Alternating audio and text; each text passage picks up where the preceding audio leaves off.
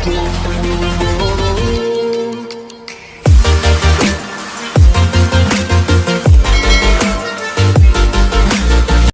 Everyone, so welcome back to Vijay sir academy. तो guys आज की वीडियो में हम देखेंगे अपने एचएससी के एसपी का चैप्टर नंबर 5। तो चैप्टर नंबर 4 तक हम लोगों ने लास्ट लेक्चर में कर लिया था। तो ये हम नया चैप्टर स्टार्ट करने जा रहे हैं जिसका नाम है डिपॉजिट। तो इस पर्टिकुलर चैप्टर में हम देखने वाले हैं कि डिपॉजिट होता क्या है और कंपनी को डिपॉजिट की ऐसी क्या जरूरत पड़ जाती है, और उसके अंदर देखेंगे बहुत सारे स्कीम्स, प्रोसीजर कि कैसे कोई कंपनी डिपॉजिट को एक्सेप्ट कर सकती है। जैसे हमें पता है कंपनी जब भी अपना रिसोर्स निकालती है, जब भी वो अपना कैपिटल बाहर से लेने जाती है, जब भी उनके सोर्स ऑफ फंड होते हैं, जो जैसे हमने पढ़ा था फर्स्ट लेक्चर में, सेकंड लेक्चर में, थर्ड लेक्चर में, अलग अलग चैप्टर्स में हमने पढ़ा था कि कैसे कंपनी शेयर से अपना कैपिटल निकालती है, कैसे कंपनी बहुत सारे लोन्स लेती है, कैसे कंपनी बहुत सारे डिबेंचर्स इशू करती है। सेम उसी तरह से कोई भी कंपनी डिपॉजिट इशू करती है। डिपॉजिट इशू करने से मेरा मतलब है कि कोई भी कंपनी जब डिपॉजिट इशू करती है यानी बाहर से पैसा अपने कंपनी में लाती है। डिपॉजिट मैं बोलूं ये भी एक तरीके का सोर्स ऑफ फंड है जिसमें कंपनी छोटे समय के लिए, जैसे मैं बोलूं 36 मंथ के लिए अराउंड कंपनी पैसे लेती है आपसे, उस पैसे को कंपनी यूज करती है और बदले में आपको क्या मिलता है डिपॉजिट पे? इंटरेस्ट। तो ये पर्टिकुलर चैप्टर के अंदर हम देखने वाले हैं कि डिपॉजिट कौन कौन सी टाइप की कंपनियां ले सकती हैं, प्राइवेट, पब्लिक या फिर जो भी अदर कंपनीज होती हैं, वो एलिजिबल कंपनी कौन कौन सी इस चीज के लिए वो देखेंगे। फिर हम देखने वाले हैं बहुत सारे स्कीम्स, जो अराउंड 20 स्कीम्स आपके बुक में दिए हैं, जो स्कीम को फॉलो करके चलना पड़ेगा किसी भी कंपनी को। टर्म्स एंड कंडीशन है, टोटल 20 टर्म्स एंड कंडीशन है जिसको फॉलो करके अगर चलेगी कंपनी तो ही डिपॉजिट इशू कर सकती है। फिर हम देखेंगे बहुत सारे प्रोसीजर जो कंपनी फॉलो करती है, procedure to issue debenture to the public और procedure to issue debenture to the members. तो ये 3 टॉपिक हम कवर करने वाले हैं इसके अंदर, जिसमें पहला हो गया टर्म्स एंड कंडीशन, फिर हो गया प्रोसीजर फॉर मेंबर्स, फिर हो गया प्रोसीजर फॉर दूसरे लोग जो पब्लिक होती है उनके। तो ये जो चीजें होती हैं पब्लिक को, मेंबर को, किस तरह से टर्म्स एंड कंडीशन को फॉलो करके कंपनी चलती है, वो सारी चीजें इस चैप्टर में हम देखेंगे। इंपॉर्टेंट क्वेश्चन भी आपको मैं बताता चलूंगा, तो प्लीज वीडियो को पूरा देखना और जो भी चीजें मैं आपको बताऊंगा उसे अंडरलाइन करते चलना, क्योंकि एग्जाम पॉइंट ऑफ व्यू से ये पर्टिकुलर चैप्टर बहुत इंपॉर्टेंट रहने वाला है। तो चैप्टर को स्टार्ट करते हैं। तो गाइस स्टार्ट करते हैं हमारे चैप्टर को, जिसके अंदर हमने पढ़ा था कि डिपॉजिट होता क्या है। जैसे हमने डिपॉजिट के बारे में सारी जानकारी ले ली है, तो टेक्स्ट बुक में देखते हैं इसका मीनिंग क्या लिखा हुआ है। Accepting of deposit from the public from its own member is one of the source of the raising of fund for the company. अपने ही मेंबर से अगर कंपनी डिपॉजिट इशू करके पैसे लेने लग जाए तो हम उसे डिपॉजिट बोल सकते हैं। It is a cheaper to raise a fund through the deposit. ये बहुत सस्ता तरीके का एक तरीके का फंड है जब कंपनी क्या करती है, सामने वाले से पैसे ले लेती है। मोreover there is no dilution of control and it's type of the short term loan। Control पे कोई डायल्यूशन नहीं आता, कोई चेंजेस नहीं आता, और शॉर्ट टर्म के लिए सबसे अच्छा ये एक तरीके का फंड है जो कंपनी लोगों से ले सकती है। डिपॉजिट लेना एक तरीके का रिस्की काम भी हो सकता है। रिस्की इसलिए हो सकता है क्योंकि हो सकता है कि फ्यूचर में अगर कंपनी उसे रीपे ना कर पाए तो प्रॉब्लम क्रिएट हो जाएगी कंपनी के लिए। इसका जो मीनिंग है, जो इसका डेफिनेशन है, वो सेकंड चैप्टर में हम लोग ने ऑलरेडी पढ़ लिया है। जैसे आपको इस टेक्स्ट बुक में भी ये चीज लिखा हुआ है, आप देख सकते हो। In this chapter we will learn companies can collect a deposit, उसके टर्म्स एंड कंडीशन क्या होते हैं, उसका प्रोसीजर क्या होते हैं, जैसे मैंने आपको ऑलरेडी बता दिया इंट्रोडक्शन में कि क्या क्या चीजें फॉलो करके चलनी पड़ेगी। आगे देख लेते हैं कौन कौन सी टाइप की कंपनियां हैं जो डिपॉजिट को एक्सेप्ट कर सकती है। इसमें है बैंकिंग कंपनी ले सकती है, नॉन बैंकिंग कंपनी ले सकती है, हाउसिंग फाइनेंस कंपनी ले सकती है, और बहुत सारी पब्लिक कंपनियां, गवर्नमेंट कंपनी भी ले सकती है जो अंडर सेक्शन 73 और 76 के अंडर आती है। जो कंपनीज एक्ट 2013 के अंदर जो एक्ट है 73 और 76 उसको फॉलो करके चलने वाली कंपनियां ही डिपॉजिट इशू कर पाएगी।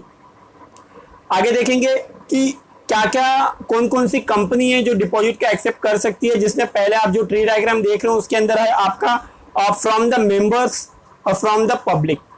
मेंबर से कौन कौन सी कंपनियां डिपॉजिट ले सकती है और पब्लिक से कौन कौन सी कंपनियां डिपॉजिट ले सकती है, उसका बाइफरकेशन हम देखेंगे।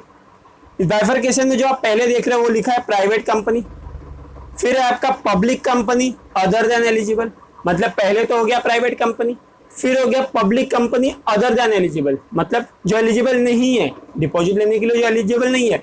ये एलिजिबिलिटी क्राइटेरिया हम देखने वाले आगे जाके कि कौन कौन सी कंपनियां एलिजिबल होती है पब्लिक से डिपॉजिट लेने के लिए। फिर है आपका एलिजिबल पब्लिक कंपनी, फिर कौन कौन सी कंपनी ऐसी है जो पब्लिक से डिपॉजिट ले सकती है। तो बेसिक डिफरेंस आपको याद ये रखना है कि कुछ कंपनियां सिर्फ मेंबर से डिपॉजिट ले सकती है, कुछ कंपनियां सिर्फ पब्लिक से डिपॉजिट ले सकती है। आगे देखेंगे प्राइवेट कंपनी में क्या लिखा हुआ है। प्राइवेट कंपनी में the private company can accept a deposit from a member and a director. देखो जो प्राइवेट कंपनी होती है वो सिर्फ मेंबर और उनके डायरेक्टर से डिपॉजिट ले सकती है। फिर आगे है पब्लिक कंपनी, जो डिपॉजिट पब्लिक से अवेलेबल नहीं है, जो पब्लिक कंपनी है। Public company can accept a deposit from a member और डायरेक्टर, वो भी सिर्फ मेंबर और डायरेक्टर से डिपॉजिट ले सकती है। थर्ड है आपका एलिजिबल पब्लिक कंपनी, ये आपका इंपॉर्टेंट रहेगा एग्जाम पॉइंट ऑफ व्यू से कि जो भी कंपनी एलिजिबल है पब्लिक से डिपॉजिट लेने के लिए, वो सारी चीजें वो लोग एग्जाम में पूछते हैं। तो इसके जो भी एलिजिबल क्राइटेरिया दो दिया है वह दो अच्छे से आपको याद रखना है, समझ के लेना है। देख लेते हैं public company can accept deposit from the member and also the public eligible. ये कंपनी ले सकती है। कौन सी कंपनी? पहली बात तो उन कंपनी का जो नेटवर्थ होता है। नेटवर्थ मतलब क्या होता है? जो उनका पेड अप कैपिटल है, जो उनका फ्री रिजर्व है, जो सिक्योरिटी है, सबको प्लस करके नेटवर्थ आता है। मतलब कंपनी के पास ओवरऑल कितने पैसे से नेटवर्थ बोला जाता है। वो 100 करोड़ के ऊपर होगा तभी कोई कंपनी पब्लिक में डिपॉजिट इशू कर सकती है। प्लीज अंडरलाइन कर लेना, एग्जाम पॉइंट ऑफ व्यू से इंपॉर्टेंट रहेगा। सेकेंड है उनका टर्नओवर 500 करोड़ के नीचे नहीं होना चाहिए। टर्नओवर क्या होता है? एक साल में कितने का बिजनेस कर रही है, वो 500 करोड़ के नीचे नहीं होना चाहिए, तभी कोई कंपनी क्या कर सकती है? डिपॉजिट इशू कर सकती है। आगे देख लेते हैं जल्दी जल्दी हमारे टर्म्स एंड कंडीशन क्या है। टर्म्स एंड कंडीशन जैसे मैंने बताया आपको कि ये आपके एग्जाम में पूरे के पूरे 20 टर्म्स एंड कंडीशन नहीं पूछेंगे, लेकिन इनमें से ऑब्जेक्टिव के क्वेश्चन जरूर आते हैं। जैसे फिलिंग द ब्लैंक्स हो गया, ट्रू और फॉल्स हो गया, मैच द कॉलम हो गया। ये जो सारी चीजें हैं, ये जो सारे ऑब्जेक्टिव क्वेश्चन हैं, ये सारे ऑब्जेक्टिव क्वेश्चन आपके डिपॉजिट चैप्टर में से पूछे जाते हैं। जहाँ पे आप 20 टर्म्स एंड कंडीशन पढ़ोगे, उसके अंदर एक एक चीजों को आपको समझ के लेना है। आपको सारे पॉइंट्स नहीं रटने हैं, मगर उसकी मीनिंग पता होनी चाहिए। तो कॉन्सेप्चुअली समझना इस चीज को बहुत ज्यादा जरूरी हो जाता है। तो लेक्चर को पूरा सुनना, आपको चीजें समझ में आएंगी। पहला टर्म्स एंड कंडीशन है अमाउंट ऑफ डिपॉजिट, कितना अमाउंट ले सकते हैं। तो पहले बात करेंगे प्राइवेट कंपनी की, फिर बात करेंगे पब्लिक कंपनी जो एलिजिबल नहीं है, फिर बात करेंगे एलिजिबल कंपनी की। प्राइवेट कंपनी की केस में देखेंगे, प्राइवेट कंपनी कभी भी 100% ले सकती है डिपॉजिट। 100% किस अमाउंट का? तो 100% अपने share capital, share paid up capital का 100% वो ले सकती है। जैसे उनका शेयर पेड अप कैपिटल अगर 100 रुपया है, तो वो कंपनी 100 रुपया डिपॉजिट भी ले सकती है। क्लियर रखना माइंड के अंदर, जो चीज लिखा हुआ है उसका हिंदी बता रहा हूं मैं, अंडरलाइन कर लेना। However, in certain cases, second paragraph में है, certain class of a private companies specified by the Companies Act। बहुत सारे ऐसे भी प्राइवेट कंपनीज हैं जो कंपनी एक्ट के अंदर आती हैं। अगर कंपनी एक्ट आपको अलाउ करती है कि आप 100% से ज्यादा भी ले सकते हो तो आप ले सकते हो। वैसे 100% ऑफ शेयर कैपिटल अंडरलाइन कर लेना, बहुत इंपॉर्टेंट है, एग्जाम में फिलिंग द ब्लैंक्स में ये पूछ सकते हैं। सेकेंड है आपका पब्लिक कंपनी। पब्लिक कंपनी में देखेंगे, these companies cannot accept the fresh deposit from the member if amount of such a deposit together with the previous deposit exceed 25%। अभी जो तुमने डिपॉजिट लिया है और पहले साल में जो डिपॉजिट लिया था, इसके पहले वाले साल में दोनों प्लस करके अगर 25% से ज्यादा होता है, किस चीज का 25%? बार बार बोल रहा हूँ, पेड अप शेयर कैपिटल का 25%। पहले हमने पेड अप शेयर कैपिटल का 100% की बात की थी। पब्लिक कंपनी के केस में जो भी आपका पहले का डिपॉजिट था, आपका डिपॉजिट था, दोनों को ऐड करो, ऐड करके वो जो होता है वो 25% से कम होना चाहिए। किसका 25%? Share capital, share paid up capital से कम होना चाहिए। थर्ड देखेंगे एलिजिबल कंपनी। एलिजिबल कंपनी में फॉर द मेंबर अलग रूल है, मतलब जब मेंबर से आप लेते हो तो अलग रूल है, और जब आप पब्लिक से लेते हो तो अलग रूल है। पहले मेंबर वाला रूल देख लेते हैं। Can not accept a fresh deposit if amount, जैसे कि कोई भी कंपनी अगर मेंबर से लेना है तो वो जो अमाउंट है वो 10% से ज्यादा तुम नहीं ले सकते। किस चीज का 10%? शेयर पेड अप कैपिटल का 10% से ज्यादा आप नहीं ले सकते। और जब पब्लिक की बात करेंगे, पब्लिक से आप कितना ले सकते हो? पब्लिक कंपनी की केस में, सॉरी, पब्लिक से आप कितना ले सकते हो? पब्लिक से आप 25%, not more than 25% of your share capital आप नहीं ले सकते। जो चीजें उसमें लिखी है सेम वही लाइन बोल रहा हूँ, आप उसे लाइन को हिंदी में भी लिख के रख सकते हो ताकि आपको फ्यूचर में जब भी टेक्स्ट बुक पढ़ो तो आपको आसानी से चीजें याद रहे, समझ में आ जाए। गवर्नमेंट कंपनी है डी, गवर्नमेंट कंपनी देखेंगे, can accept a deposit from a public not exceeding 35% of paid up share capital.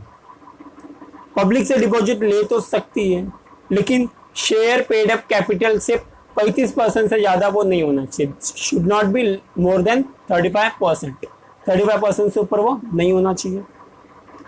Second है आपका पीरियड और टेन्योर, कितने समय के लिए, तो ध्यान से सुनना, काफी इंपॉर्टेंट है।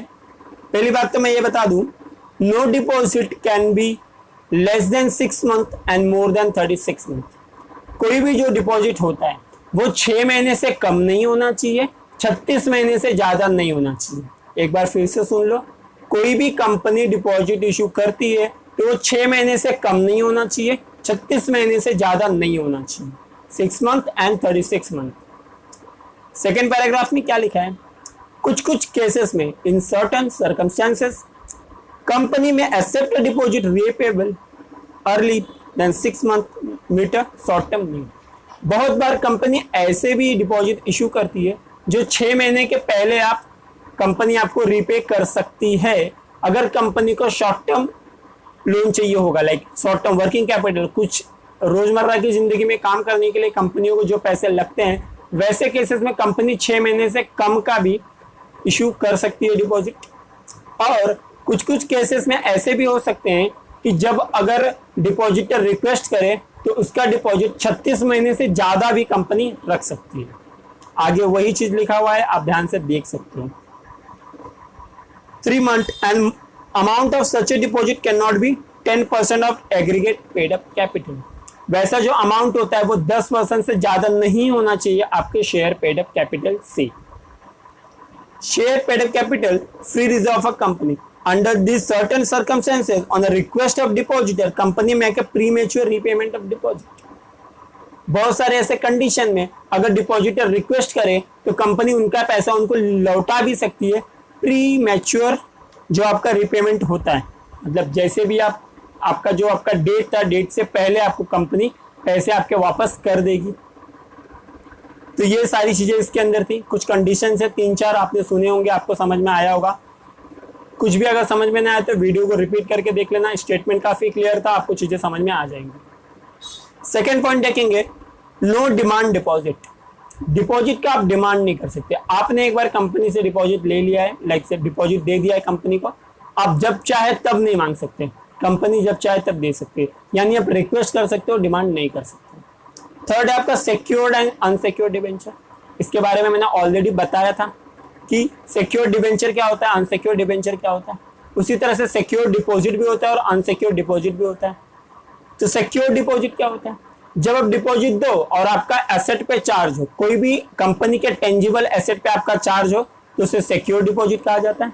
जब आपका सिक्योर एसेट पे चार्ज नहीं होता, जब आपका एसेट पे चार्ज नहीं होता तो उस चीज को अनसिक्योर डिपॉजिट कहा जाता है। अब ये एसेट जो है वो कम से कम डिपॉजिट आप जब लोगे, कंपनी डिपॉजिट इशू करेगी कंपनी आपको, उसके 30 दिन के अंदर आपका कंपनी पे एसेट पे चार्ज हो जाना चाहिए। फिफ्थ पॉइंट है आपका एप्लीकेशन फॉर्म। एप्लीकेशन फॉर्म ये भी काफी इंपॉर्टेंट है, देख लेते हैं। Company has to provide application form. It should contain a declaration by the applicant that deposit he is making is not made out of any money borrowed by him from the other person. एक application sign करके हमें देना होगा अगर हमें किसी company का deposit चाहिए तो उस पर लिखा होना चाहिए कि मैं आपकी कंपनी में जो पैसे लगा रहा हूँ वो पैसे मैं किसी और से लेके नहीं लगा रहा हूँ। ये सबसे ज्यादा इंपॉर्टेंट है, कंपनी लिखवा के ले लेती है। सिक्स्थ है आपका जॉइंट नेम। एक डिपॉजिट सर्टिफिकेट के ऊपर कितने नाम रह सकते हैं, तो मिनिमम 3 नाम होने चाहिए, उससे ज्यादा नाम नहीं होने चाहिए। मतलब maximum there should be 3 name on the deposit certificate. आगे है नॉमिनेशन। आपने डिपॉजिट लिया है तो अगर आपको कुछ हो जाता है, आपकी डेथ हो जाती है, तो आपके बाद वो डिपॉजिट का हकदार कौन होगा वो मेंशन करना जरूरी होता है, उसे नॉमिनेशन कहा जाता है। 8 पॉइंट है आपका सर्कुलर ऑफ एडवर्टीजमेंट। जब भी कोई कंपनी डिपॉजिट इशू करती है उस समय उसे एक एडवर्टीजमेंट सर्कुलेट करना पड़ता है, लोगों को बताना पड़ता है कि कंपनी डिपॉजिट इशू करने वाली है, प्लीज आप खरीद सकते हैं। वैसे केसेस में जो डिपॉजिट का बुकलेट होता है, सॉरी जो एडवर्टीजमेंट का बुकलेट होता है, उसके अंदर क्या क्या चीजें मेंशन होनी चाहिए वो हम देख लेते हैं, उसका भी लिस्ट है। पहले उसके अंदर statement of the financial position of the company, company का फाइनेंशियल पोजीशन कैसा है वो उसके अंदर लिखा हुआ होगा। फिर उसके अंदर लिखा होगा कितना पोर्शन अनसिक्योर्ड डिबेंचर पे, कितना पोर्शन सिक्योर्ड डिबेंचर पे, वो लिखा होता है। फिर उसके बाद उसके अंदर क्रेडिट रेटिंग लिखा होता है, जो मैंने डिबेंचर के केस में आपको समझाया था कि क्रेडिट रेटिंग, कुछ कंपनियां ऐसी होती है जो क्रेडिट रेटिंग देती है। डिटेल ऑफ स्कीम, स्कीम का डिटेल होगा, वो भी सारी चीजें लिखी होंगी उसके ऊपर। डिपॉजिट ट्रस्टीज कौन कौन होते हैं उसके बारे में, जैसे डिबेंचर ट्रस्टीज के बारे में हमने लास्ट चैप्टर में पढ़ा था, उसी तरह से इसमें डिपॉजिट ट्रस्टीज भी होते हैं। आगे अमाउंट, जो भी आपका पहले का अमाउंट बाकी है, प्रीवियस डिपॉजिट, ये डिपॉजिट, उसके बारे में भी लिखा होगा। बी पार्ट है इसका, filing of circular to the registrar of company and the to director. तो उस एडवर्टीजमेंट में ये भी लिखा होता है कि ये जो सर्कुलर आपको मिला है ये एक रजिस्ट्रार और 2 डायरेक्टर द्वारा साइन किया हुआ है, मतलब आप कंफर्म हो कि कंपनी किसी भी तरह का फॉर्जरी नहीं कर रही है। आगे issue of circular of advertisement, issue का डेट क्या होगा, मतलब कब तक कर सकती है। Only after filing 30 days of the filing of the copy circular advertisement with register of company. जब भी रजिस्टर ऑफ कंपनी के पास कंपनी अपना एडवर्टाइजमेंट फाइल करवा देती है, लाइक दिखा लेती है उसको, सब साइन वाइन करवा लेती है, उसके बाद 30 दिन के अंदर आप तक वो पहुंच जाना चाहिए। आगे है आपका कि इनवैलिड कब हो जाएगा।